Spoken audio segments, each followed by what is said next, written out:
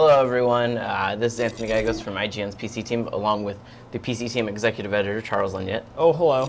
And we're here to show you the PC version of LA Noire, which just came out recently. Now, this is after the Xbox 360 and PlayStation 3 versions launched earlier in 2011, so this is nice for PC gamers to actually be able to get in and play one of these Rockstar games, considering Red Dead Redemption never actually came out for PC. It's true.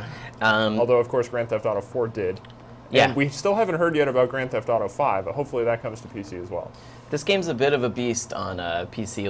I will say right off the bat that even with a really good rig, I still have to run a lot of the settings in the quality, in the performance rather than quality.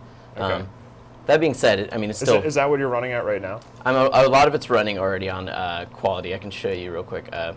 So you can see there's actually a decent amount of graphics options.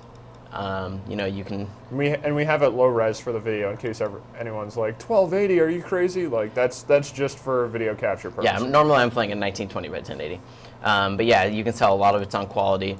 And, that's intentional to the sense because it does, occasionally you'll see it hang here on a frame and stuff like that, which can be a little annoying, but it's really not the end of the world because the experience is really good anyways. It's not even that big of a deal. Plus, it didn't exactly perform necessarily amazingly on the PS3 and 360 versions. Yeah, how would you say this compares to the console versions of the game? I would say it performs on performance settings, it performs like it does on console, and then you can start tweaking a million things to make it look even better. Okay. It does look noticeably better then. Oh yeah, you can make it look really great. If you want to. That's cool. Your mileage will vary based on your hardware. So what are you doing right now? You're in the middle of a mission. The complete edition on PC comes with all of the DLC that actually came out for the console version before, so you get all that content all in the same purchase, right? Correct. So the case that I'm playing at the moment is a case called A Slip of the Tongue. It is a homicide desk case. I think there's 5 or 6 new cases that come as part of the DLC that you get all included in this complete edition. So, and having played them all, I'll say it probably adds something like 4 to 6 hours more gameplay, depending on how tedious you are about collecting every clue. So it actually adds quite a bit of game time. Yeah, and the gameplay itself, it's like you see Anthony going around in an open world here, but what the core of the game is finding clues so that you can yell at people, right? Yeah, yeah. It is an open world game in the sense that right now I could drive around. But it's not an open world game in the sense of a GTA where I'll be passing by like 6 things and there will be 6 things to do. Like occasionally you'll get a call over your radio that'll be like, oh, there's a murder or like a armed robbery at this location. Will you respond? And you have the option. But most of it's very guided. Right now I'm clearly supposed to just head towards the arrow on my map. I don't have other things I can do. And every case is like a contained story. When you beat it, it like loads a new level. So each case a new version of the city. Yeah, so each case is separate in that regard. You do go one straight into the other, but obviously there is like a distinction between them. So you can actually replay cases individually, and you can jump straight into the DLC levels like I did because I had never played them and I wanted to. You mean without having to play through like the story content? Yeah. Although I will say that if you haven't played the story content, you will spoil it for yourself because you'll be like, who are these guys? And why do I care about them, and why did they like me? So, there are people walking on the sidewalks. Can you hit them with cars? You can, but LA Noire... I think that's the question everyone really wants to know. So, it is a game made by, that put out by Rockstar, but the thing is, unlike a normal Rockstar game, when you hit someone, it's really bad. LAPD officers are sworn to protect the citizens, causing them... Because you are damage. The police officer. Yes. So, if you hurt them, it will severely affect your rating at the end of the case. So it's really not to be advised. And, just like LA Noire is heavily scripted, so when you roll up to an area, like I've just reached the destination I'm going to, it goes into a little scripted event of us arriving on the scene. You can see here how awesome the faces look. But I got someone running from me. What every LA Noire mission has at some point is a car chase or an on-foot chase, or both.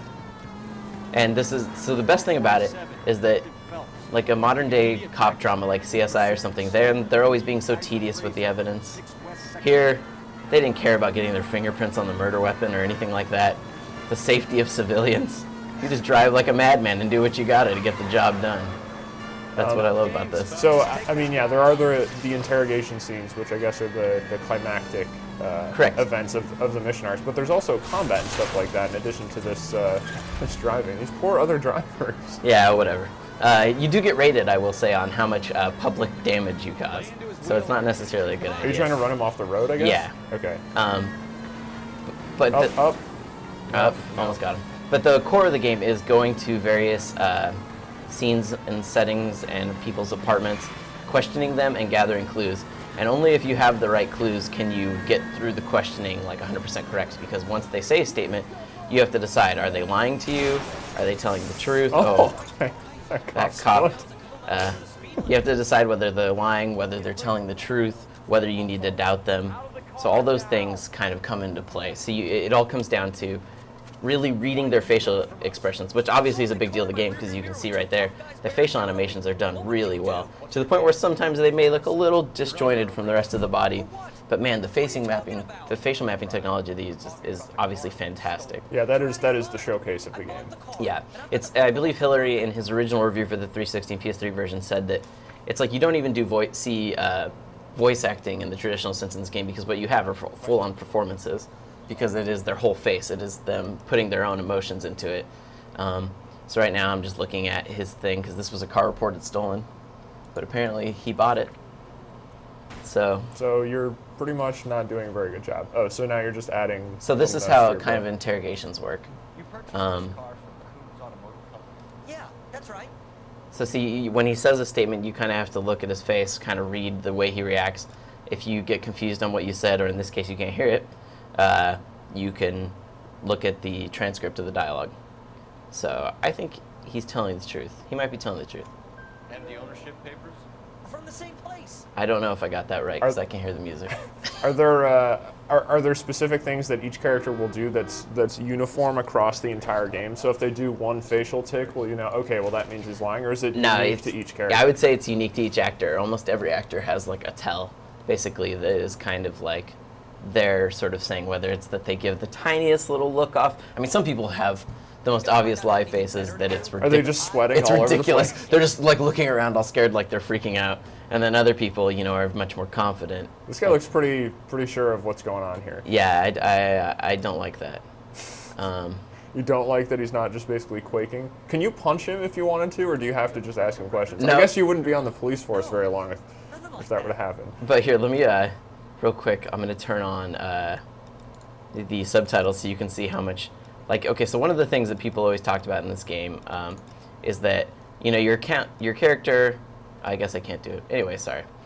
Your character all the time, you'll be like, oh, you know what? I think this guy's lying. I'm gonna doubt him, and you'll be like, I just want to like kind of see if I can push him for information, and then your guy will freak out on them.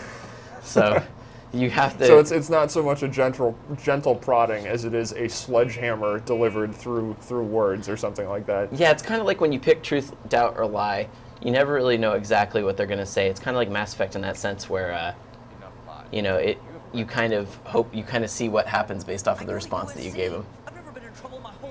So I just called him a liar, but I'm probably wrong. He seems to have gotten a little angry there. He didn't like Yeah, that. you can back out of a call. Once you've called someone a liar, you have to have the evidence to back it up, which I don't.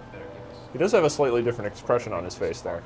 Yeah, I'm just doubting him. Normally, I can't really hear it in the way we're doing this, but when you have a conversation, you know if you got the right answer based on the music it plays. If it plays like a discorded piano little rhythm, you know you got it wrong. Each check mark here tells me that I've got them right, by the way. Oh, well, nicely done. And but when you hear like a discorded piano, you know you picked the wrong response.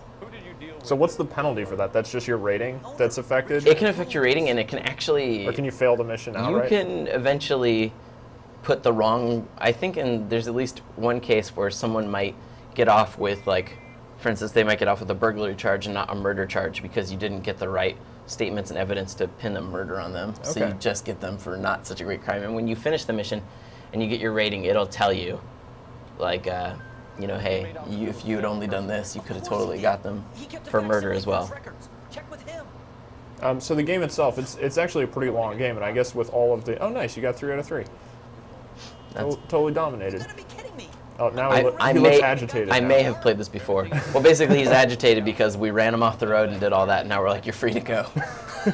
Yeah, I guess I probably wouldn't be too happy about that either. I'm just kidding. He's not free to go. We're arresting him for Grand Theft Auto. Into the paddy wagon. But I mean, there is quite a bit of content in this version of the game. I don't know if you can give a rough hour count as to how much is in there. Oh man, the single player alone in the original game probably took me almost 12 hours. So between that and the additional DLC, if you're really thorough, it's like 16 hours. And you know, and then there's the fun you can have just doing dumb stuff like, you know, this guy, LAPD. You wish you liked. What just happened to that woman in front of the car? Just like took a nosedive into it. Well, you know, that's what happens when the LAPD is in the scene. I saw you knocking a guy's hat off earlier. That was pretty funny. Yeah. It's like all the NPCs react pretty realistically. They do, and they talk about what's going on all the time. So this guy, he just bought ice cream. He's loving that ice cream. Aw, you love your ice cream, but I don't love you.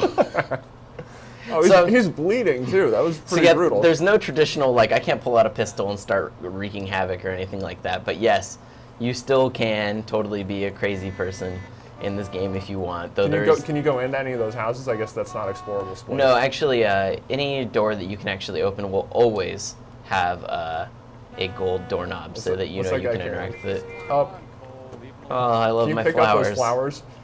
Oh, he just left him behind. Apparently, he didn't love her that much. So, as you can see, Cole Phelps, super jerk. But yeah, it is a really good-looking game. I mean, obviously the faces look great. They've totally nailed the atmosphere. The music is really good. The PC version is pretty much, in a lot of ways, kind of the definitive version, only in that it comes, you know, for basically the same price as the console players were paying, if not cheaper. You get all the DLC as well. So I think, you know, occasional performance issues, things aside, like, it's totally an awesome. Yeah, so if you missed it on consoles, basically this is still a game absolutely worth picking up. Yeah, I mean it's even, like I said, with any performance issues, all of those little pains in the butt are not the end of the world compared to, you know, the 16 hours of like sleuthing awesomeness that you get. Yeah, because it does seem like a very different style of gameplay. It is, yeah. It's not your traditional Rockstar violent game. It's very much, it is a detective mystery. Almost like an adventure game. Even though it has combat elements, it feels a lot like an adventure game, just with a different twist. Correct. Yeah, the majority of the game is not spent doing any sort of combat. It's very much so spent doing that was the worst doing adventuring. Yeah, the best part is if you can ever take the time and get yourself hit by a car, he screams like he's being ripped apart. Like he's being hit by a car. Okay. Cool. Well, yeah, thanks for the look at LA Noire on PC. And for more on LA Noire, head over to IGN.com.